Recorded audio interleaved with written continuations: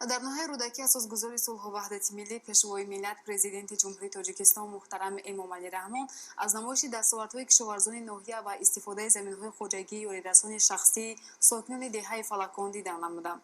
در ناحیه رودکی بیش از 5000 خودجگی دهقانی فعالیت می‌نمایند که سهم آنها در فراوانی بازار استعمالی با محصولات تر و تازه وطنی از لحاظ اکولوژی تازه نظر است. همچنین برای تامین اهالی شهر دوشنبه و ناحیه‌های اطراف آن با سبزوات تر و تازه سال جاری در 35 گکتار گرمخانه کشت و پرورش و استحصال سبزوات تر و تازه طبیعی براه مانده شده است.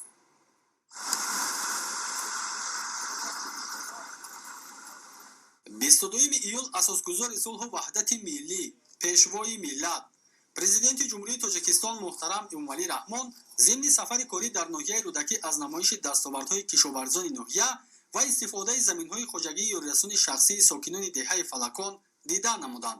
در نمایش اصل، غله‌دانگی‌ها، سبزوات و میوه‌جات و پولیزی‌ها از قبیل گندم، نخود، دو نوع لوبیا، جواری مکه، شالی، دو نمود کارتوشکا، پومیدور و بادرینگ، کرم، سیب و شفتالو و غیره که از زمین‌های زرخیز ناحیه رودکی استحصال شده‌اند به معرض گذاشته شد. حجم عمومی محصولات به نمایش گذاشته شده بیش از 2 تن و 40 نمود را تشکیل می‌دهد. مطابق معلومات در قلمرو ناحیه رودکی بیش از 5000 خودجگی دهقانی فعالیت می‌نمایند که سهم آنها در فراوانی بازار استعمالی با محصولات تر و تازه وطنی از لحاظ اکولوژی تازه نظررس است. انا زمین در ما کار کردیم من سلامتی ما سازه کودکام میارم اویلام قطعی یاردم میکنن همین زمین پرزیدنتی را این دوی خاصیلش های یکون خاصیلش در اینجا ما اوکروپ و گشنی کبوتی شنونده گیردیم انا مای مرد این بایم جان شنوندم انا سیم چینک شای 250 کیلو 300 کیلو بایم جان میگیرم خمسوی قطعی یا دیگر بانی یاردم میکنه مسئله آو در چوبقیش در یاردم میکنه ایمی زندگی ما پیش برده استیم. ضمن بازدید از زمین‌های خودجگی علاوگی یا رسانه شخصی ساکنان دهه فلکان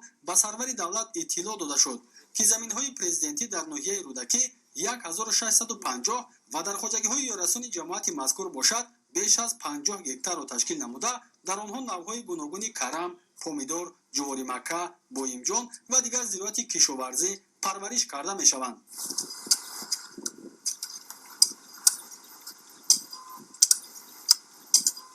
موافقه حسابات سالانه زمین که همه ساله از طرف حکومت جمهوری تاجیکستان به 1 ینوار تصدیق می‌گردد میدان عمومی حدود ناحیه 181187 گکتار را در بر می‌گیرد که از این زمین‌های کارم 21000 گکتار زمین میباشد.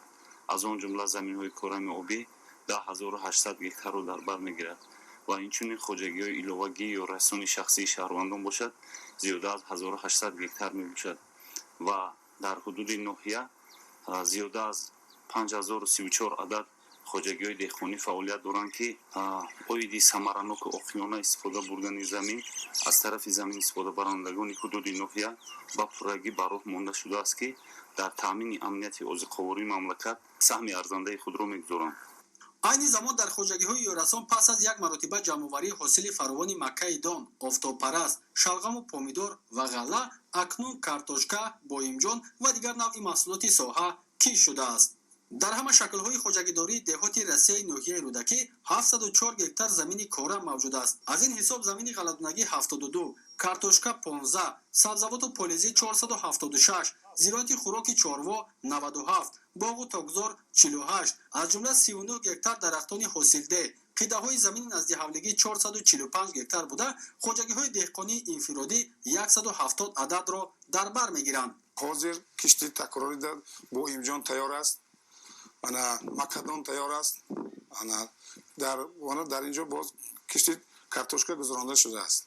شهروندانی که در آن زمینه پرزیدنتی جدا کرده شده است 6 ساعت 7 ساعت جدا کرده شده‌اند یا عاقلانه استفاده می‌برند یا از هر یک قطعه زمین توسعه حاصل گرفته می‌شود. جهت تامین اهالی شهر دوشنبه و ناحیه‌های اطراف آن با سبزوات تر و تازه سال جاری در 35 گکتار گرمخانه کشت و پرورش و استحصال سبزوات تر و تازه طبیعی براه مانده شده است.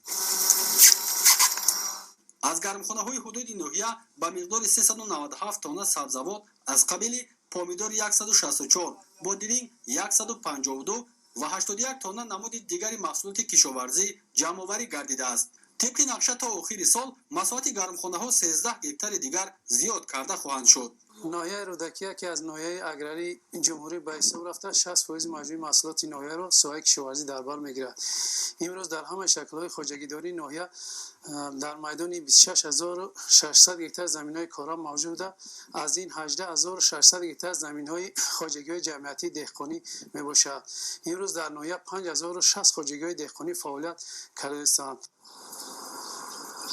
با مقصد عملی گردیدن برنامه رشد ساحه باغ و تاکپروری برای سالهای 2016-2020 از حساب مبلغ‌های خودی در ناحیه رودکی بنیاد 230 گکتار باغ و تاکزاری نو به نقشه گرفته شده است و این روند با مرام عملی می‌گردد.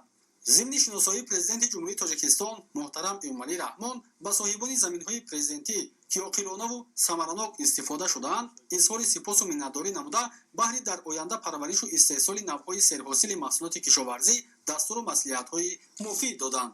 بارکالله مانده نباشید. سلامت باشید. اهل زحمت ابراز داشتند که استفاده ثمراناک زمین و تامین فراوانی بازار استعمالی با محصولات خوش‌صفت وطنی از مسئله مهم در نزد کشاورزان ناحیه رودکی میباشد و همین است که سال جاری در ناحیه در مساحت 1170 گکتار کشت زراعت تکراری انجام داده شده است که این شماره نظر به سال گذشته 399 گکتار زیاد میباشد.